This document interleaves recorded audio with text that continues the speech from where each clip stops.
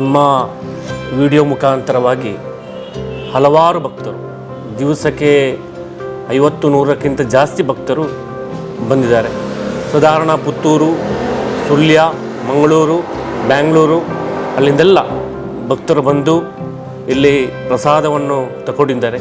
ಅದೇ ರೀತಿ ಪ್ರಶ್ನಾಚಿಂತನದ ಮುಖಾಂತರ ಅವರ ಪರಿಹಾರವನ್ನು ಕಂಡುಕೊಂಡಿದ್ದಾರೆ.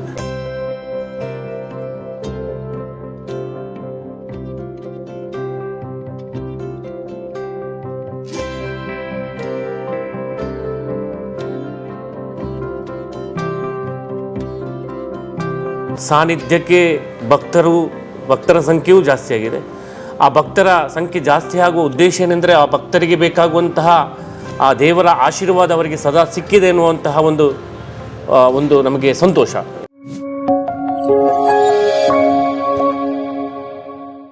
ಎಲ್ರಿಗೂ ನಮಸ್ಕಾರ. ನಾನಿವತ್ತು ಮಂಗಳೂರಿನ ಕಾಪಿಕಾಡಲ್ಲಿದ್ದೇನೆ. ನಿಮಗೆಲ್ಲರಿಗೂ ಗೊತ್ತೇ ಇದೆ, ಕಳೆದ 2 ತಿಂಗಳ ಹಿಂದೆ ಬಂದು ಈ ಒಂದು ಮಂತ್ರದೇವತಾ ಸ್ವಾಮಿ ಕೊರಗಜ್ಜ ಸಾನ್ನಿಧ್ಯದಿಂದ ವಿಡಿಯೋವನ್ನು ಮಾಡಿ ಹಾಕಿದ್ದೆ. ಬೇರೆ ಬೇರೆ ಊರಿನಿಂದ ಸಾಕಷ್ಟು ಮಂದಿ ಭಕ್ತಾಭಿಮಾನಿಗಳು ಬಂದು ಇಲ್ಲಿಯ ಪ್ರಶ್ನಾಚಿಂತನೆಗಳ ಮೂಲಕ ಇಲ್ಲಿಯ ದೈವಿಕ ಶಕ್ತಿಗಳ ಜೊತೆಗೆ ತಮ್ಮ ಕಷ್ಟಗಳನ್ನು ಪ್ರಾರ್ಥನೆಯನ್ನು ಮಾಡಿ ನಿವಾರಣೆ ಮಾಡಿಕೊಂಡಿರೋದು ನಾವು ನೋಡಿದ್ದೇವೆ. ಆ ಸಂದರ್ಭದಲ್ಲಿ ವಾರ್ಷಿಕವಾಗಿರುವಂತಹ ಉತ್ಸವ ಇಲ್ಲಿ ನಡೀತದೆ ಅನ್ನುವಂಥ ಮಾಹಿತಿಯನ್ನು ಇಲ್ಲಿಯ ಆಡಳಿತ ಮುಖ್ಯಸ್ಥರು ತಮಗೆ ನೀಡಿದ್ದಾರೆ. ಆ ವಾರ್ಷಿಕ ಉತ್ಸವ ಯಾವಾಗ ನಡೀತದೆ, ಆ ವಾರ್ಷಿಕ ಉತ್ಸವದಲ್ಲಿ ಏನೆಲ್ಲ ವಿಜೃಂಭಣೆಯ ಕಾರ್ಯಕ್ರಮಗಳು ಇಲ್ಲಿ ಇರ್ತದೆ, ನೀವು ಈ ಕಾರ್ಯಕ್ರಮಕ್ಕೆ ಬರಬೇಕಿದ್ರೆ ಏನೆಲ್ಲ ವಿಚಾರಗಳೊಂದಿಗೆ ಅಥವಾ ಏನೆಲ್ಲ ಹರಕೆಗಳೊಂದಿಗೆ ಹೇಳಿದರೆ ಪಡ್ಕೊಂಡು ಬರಬೇಕಾಗ್ತದೆ, ಇದೆಲ್ಲದರ ಬಗ್ಗೆ ಮಾಹಿತಿಯನ್ನು ಕೊಡೋದಕ್ಕೆ ಬೇಕಾಗಿ ಇಲ್ಲಿ ಬಂದಿದ್ದೇನೆ. ನೀವೆಲ್ಲ ಬನ್ನಿ. ಈ ಒಂದು ವಿಡಿಯೋವನ್ನು ನೋಡೋದರ ಮೂಲಕ ಈ ಕ್ಷೇತ್ರದ ಭಕ್ತಾಭಿಮಾನಿಗಳಿಗೆ ಒಂದು ಸಂಕ್ಷಿಪ್ತವಾಗಿರುವಂತಹ ವರದಿಯನ್ನು ಕೊಡ್ತೇನೆ. ಯಾವುದೇ ರೀತಿಯಲ್ಲೂ ಕೂಡ ಜೀವನದಲ್ಲಿ ಕಷ್ಟಗಳಿದ್ರೆ ಇಲ್ಲಿಯ ಶಕ್ತಿಗಳು ನಿವಾರಣೆಯನ್ನು ಮಾಡಲಿ ನಮ್ಮೆಲ್ಲರ ಜೀವನದಲ್ಲಿ ಅಂತ ಹೇಳಿಕೊಳ್ತಾ ಈ ಒಂದು ಮಂಗಳೂರಿನ ಕಾಪಿಕಾಡ್ನಲ್ಲಿರ್ತಕ್ಕಂಥ ಮಂತ್ರದೇವತಾ ಸ್ವಾಮಿ ಕೊರಗಜ್ಜ ಸನ್ನಿಧಾನಕ್ಕೆ ತಮಗೆಲ್ಲರಿಗೂ ಸ್ವಾಗತದೊಂದಿಗೆ ಈ ವಾರ್ಷಿಕ ಉತ್ಸವದ ಮಾಹಿತಿಯನ್ನು ತಿಳ್ಕೊಂಡು ಬರೋಣ ಬನ್ನಿ. ಆತ್ಮೀಯ ಬಂಧುಗಳೇ, ಮಂಗಳೂರಿನ ಕಾಪಿಕಾಡ್ನಲ್ಲಿರುವಂತಹ ಅತ್ಯಂತ ಪವಿತ್ರವಾಗಿರುವಂತಹ ಕ್ಷೇತ್ರಕ್ಕೆ ಮತ್ತೊಂದು ಬಾರಿ ಇಲ್ಲಿಯ ಸ್ಥಳ ಸಾನ್ನಿಧ್ಯದ ಗುಳಿಗ, ರಾಹುಗುಳಿಗ, ಸ್ವಾಮಿ ಕೊರಗಜ್ಜ, ಹಾಗೆಯೇ ಅಪ್ಪೆ ಮಹಾಕಾಳಿ, ಹಾಗೆಯೇ ಮಂತ್ರದೇವತಾ ನಮ್ಮನ್ನು ಕರೆಸಿಕೊಂಡಿದ್ದಾರೆ.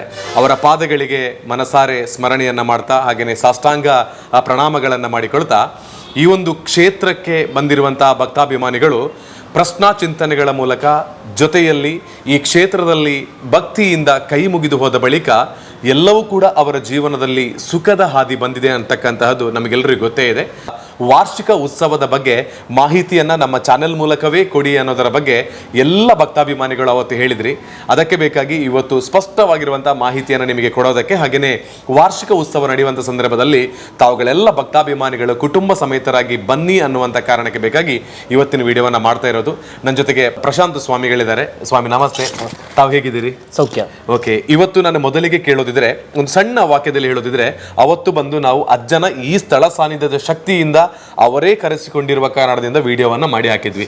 ಅದರ ನಂತರ ಎಷ್ಟು ಮಂದಿ ಭಕ್ತಾಭಿಮಾನಿಗಳು ಬಂದ್ರು, ಪ್ರಶ್ನಾಚಿಂತನೆಗಳ ಮೂಲಕ ಇಲ್ಲಿಯ ದೈವಿಕ ಶಕ್ತಿಗಳ ಮೂಲಕ ಅವರ ಜೀವನಕ್ಕೆ ಇಲ್ಲಿಯ ಶಕ್ತಿಗಳು ಎಷ್ಟು ಬೆಳಕಾಗಿದೆ ಅಂತ ಒಂದು ಹೇಳ್ಬೋದಾ ಅಂತ. ನಿಮ್ಮ ವಿಡಿಯೋ ಮುಖಾಂತರವಾಗಿ ಹಲವಾರು ಭಕ್ತರು ದಿವಸಕ್ಕೆ 50-100ಕ್ಕಿಂತ ಜಾಸ್ತಿ ಭಕ್ತರು ಬಂದಿದ್ದಾರೆ. ಸಾಧಾರಣ ಪುತ್ತೂರು, ಸುಳ್ಯ, ಮಂಗಳೂರು, ಬ್ಯಾಂಗ್ಳೂರು ಅಲ್ಲಿಂದೆಲ್ಲ ಭಕ್ತರು ಬಂದು ಇಲ್ಲಿ ಪ್ರಸಾದವನ್ನು ತಗೊಂಡಿದ್ದಾರೆ. ಅದೇ ರೀತಿ ಪ್ರಶ್ನಾಚಿಂತನದ ಮುಖಾಂತರ ಅವರ ಪರಿಹಾರವನ್ನು ಕಂಡುಕೊಂಡಿದ್ದಾರೆ.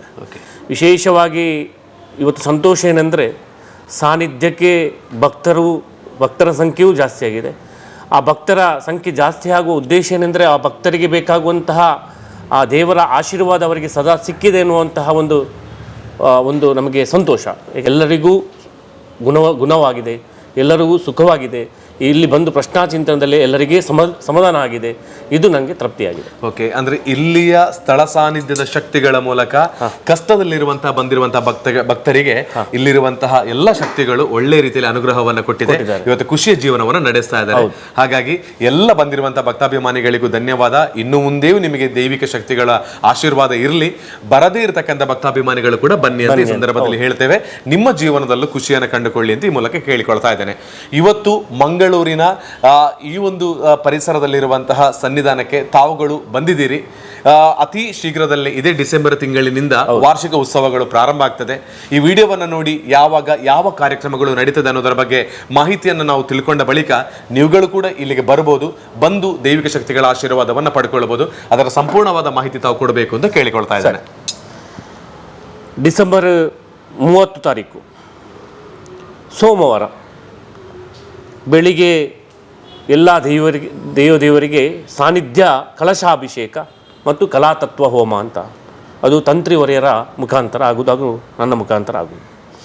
ಅನಂತರ ಸಾಯಂಕಾಲ ಕಾಳಿ ಸಹಸ್ರ ನಾಮ ಕದಳಿ ಯಾಗ ಅಂತ ವಿಶೇಷವಾಗಿ ಸಾಯಂಕಾಲ 5:30 ಗಂಟೆಗೆ ಸರಿಯಾಗಿ ಪ್ರಾರಂಭ ಆಗುತ್ತೆ. ಅದು ಸೋಮವಾರ 30 ತಾರೀಕು ಡಿಸೆಂಬರ್, ಈ ತಿಂಗಳಲ್ಲಿ. ಅನಂತರದ ಜನವರಿ 2 ತಾರೀಕು ಗುರುವಾರ ಸಾಯಂಕಾಲ 7 ಗಂಟೆಗೆ ಸರಿಯಾಗಿ ತಾಯಿ, ಪ್ರಧಾನ ಶಕ್ತಿಯಾದಂಥ ತಾಯಿಗೆ, ಮಂತ್ರದೇವತಾ ತಾಯಿಗೆ ಮತ್ತು ಗುಳಿಗನಿಗೆ ಕೋಲೋತ್ಸವ ಕಾರ್ಯಕ್ರಮ. ವಿಶೇಷವಾಗಿ ಸಿರಿಸಿಂಗಾರದ ಗಗ್ಗರ ಸೇವೆ, ಅನಂತರ ಕೋಲ ಕಾರ್ಯಕ್ರಮ ಮತ್ತು ಅನ್ನ ಸಂತರ್ಪಣಾ ಕಾರ್ಯಕ್ರಮವು ಜರಗಲಿದೆ. ಅನಂತರ ಜನವರಿ 4 ಶನಿವಾರ ಸ್ವಾಮಿ ಕೊರಗಜ್ಜನ ಕೋಲೋತ್ಸವ ಸಾಯಂಕಾಲ 7 ಗಂಟೆಗೆ ಸರಿಯಾಗಿ ಕೋಲೋತ್ಸವ ಕಾರ್ಯಕ್ರಮವು ಜರಗಲಿದೆ. ಅನಂತರ ಅನ್ನ ಸಂತರ್ಪಣಾ ಕಾರ್ಯಕ್ರಮವು ಜರಗಲಿದೆ. ತಾವು ನನ್ನ ಪ್ರೀತಿಯ ಎಲ್ಲ ಭಕ್ತಾಭಿಮಾನಿಗಳಿಗೆ ನನ್ನ ವಿನಂತಿ, ತಾವುಗಳು 30 ತಾರೀಕು ಡಿಸೆಂಬರ್ 30 ತಾರೀಕು ಸೋಮವಾರ ಸಾಯಂಕಾಲ, ಅದು ವಿಶೇಷ ಅಂದರೆ ಕಾಳಿ ಸಹಸ್ರನಾಮ ಅಂತಂದರೆ ಕದಳಿ ಯಾಗ ಅಂತ, ವಿಶೇಷವಾದಂಥ ಒಂದು ಯಾಗ, ಕಾಳಿಗೆ ಕೊಡುವಂತಹ ಯಾಗ, ದೇವಿ ಭದ್ರಕಾಳಿಗೆ ಕೊಡುವಂತಹ ಯಾಗ ಅದು. ಆ ಕಾರ್ಯಕ್ರಮಕ್ಕೂ ಹಾಗೂ 2 ತಾರೀಕಿಗೆ ನಡೆಯುವಂತಹ ಮಂತ್ರದೇವತೆ ತಾಯಿಯ ಅಮ್ಮನ ಕೋಲೋತ್ಸವ ಮತ್ತು ಗುಳಿಗನ ಕೋಲ ಇದಕ್ಕೂ ಭಾಗವಹಿಸಬೇಕು. ಅನಂತರ ಜನವರಿ 4 ತಾರೀಕಿಗೆ ಶನಿವಾರ ನಡೆಯುವಂತಹ ಕಾರ್ಯಕ್ರಮ ಕೊರಗಜ್ಜನ ಕೋಲೋತ್ಸವ. ಈ ಕಾರ್ಯಕ್ರಮಕ್ಕೂ ತಾವು ಎಲ್ಲ ಭಕ್ತಾಭಿಮಾನಿಗಳು ಬಂದು ತಾಯಿಯ ಮತ್ತು ಕೊರಗಜ್ಜನ ಆಶೀರ್ವಾದವನ್ನು ಪಡೆಯಬೇಕಾಗಿ ನನ್ನ ಪರವಾಗಿ ನಾನು ಬೇಡಿಕೊಳ್ತಿದ್ದೇನೆ. ಸ್ವಾಮಿ, ಈಗ ಬರುವಂತ ಸಂದರ್ಭದಲ್ಲಿ ಸಾಕಷ್ಟು ಮಂದಿ ಭಕ್ತರು ಹರಕೆಯನ್ನೆಲ್ಲ ಹೊತ್ತಿರ್ತಾರೆ. ಅವಾಗ ಏನಾದರೂ ಆ ಸಂದರ್ಭದಲ್ಲಿ ಹರಕೆಯನ್ನು ಕೊಡ್ತಕ್ಕಂತಹದೆಲ್ಲ ಆವಾಗ ಕೊಡುವಂತದ? ಹೌದು.